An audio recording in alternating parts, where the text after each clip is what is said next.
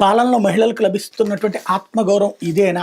CM చంద్రబాబుపై మండిపడిన వైఎస్ఆర్సీపీ అధినేత YS Jaganmohan Reddy భర్త అప్పు చెల్లించలేదని అతని భార్యను మీ పార్టీ కార్యకర్త చెట్టుకు కట్టేసి హింసించాడు. మీరు ప్రాతినిధ్యం వహిస్తున్న కుప్పం నియోజకవర్గంలో జరిగిన ఘటన ఇది. మీ దుర్మార్గ పరిపాలన ఫలితమే ఈ ఘోరం. ఏడాదిగా మహిళలపై జరుగుతున్న అన్యాయాల వ్యాఖ్యలపై కఠిన చర్యలు తీసుకోవాలంటూ జగన్ స్టేట్మెంట్. అట్లాగే అప్పు తీర్చేందుకు తాళిబొట్టు అమ్ముకున్నా అంటూ నా కుమారుడు చూస్తుండగా నన్ను కట్టేసి కొట్టారు. దివ్యాంగురాలైన నా కుమార్తె పింఛన్ సైతం వాళ్లే లాక్కుంటున్నారు.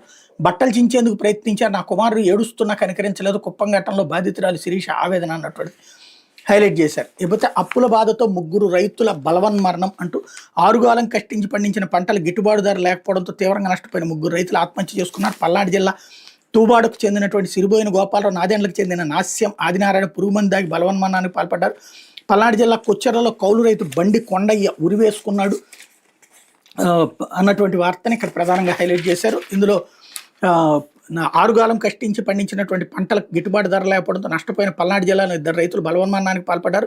తూబాడు గ్రామానికి చెందిన సిరిబోయిన గోపాలరావు 30 సెంట్ల పొలం ఉంది. ఏటా కొంత భూమిని కౌలుకు తీసుకుని సాగు చేస్తున్నాడు. ఏడాది 5 ఎకరాలు మిర్చి, 10 ఎకరాలు పొగాకు సాగు చేశాడు. చీడపీడల కారణంగా మిర్చి దిగుబడి రాక నష్టపోయాడు. పొగాకు ధరలు పతనమాడు.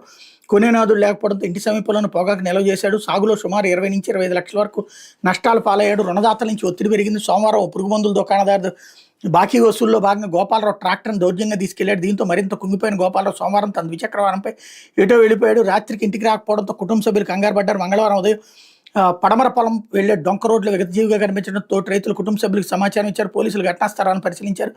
మృతుడికి భార్య, 2 కుమారులు ఉన్నారు. మరోవైపు నాదెండ్ల మండలం రామాపురం కాలనీకి చెందిన నాస్యం ఆదినారాయణ ఎకరమున్నర సొంత భూమితో పాటు 70 ఎకరాలు కౌలుకు తీసుకుని సాగు చేస్తున్నాడు.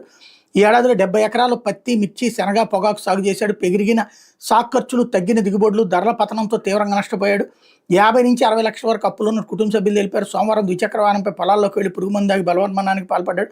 మంగళవారం తెల్లవారుజామున బహిర్భూమికి వెళ్లిన కొంతమంది వ్యక్తులు మృతదేహాన్ని చూసి కుటుంబ సభ్యులకు సమాచారం ఇచ్చారు. మృతుడి భార్య ఫిర్యాదు మేరకు పోలీసులు కేసు నమోదు చేశారు. వ్యవసాయ రంగంలో నష్టాలు రావడంతో ఓ రైతు ఉరివేసుకుని ఆత్మహత్యకు పాల్పడిన సంఘటన పల్నాడు జిల్లా ఈవూరు మండలం కొచ్చెర్ల గ్రామంలో మంగళవారం జరిగింది.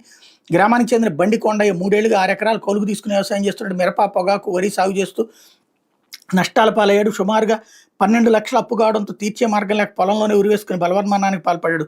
మృతుడికి భార్య, 2 పిల్లలు ఉన్నారు. చిన్న కుమారుడు శివప్రసాద్ ఫిర్యాదు మేరకు ఈపూర్ పోలీసులు కేసు నమోదు చేసి దర్యాప్తు చేస్తున్నారు అన్నటువంటి వార్తని హైలైట్ చేశారు.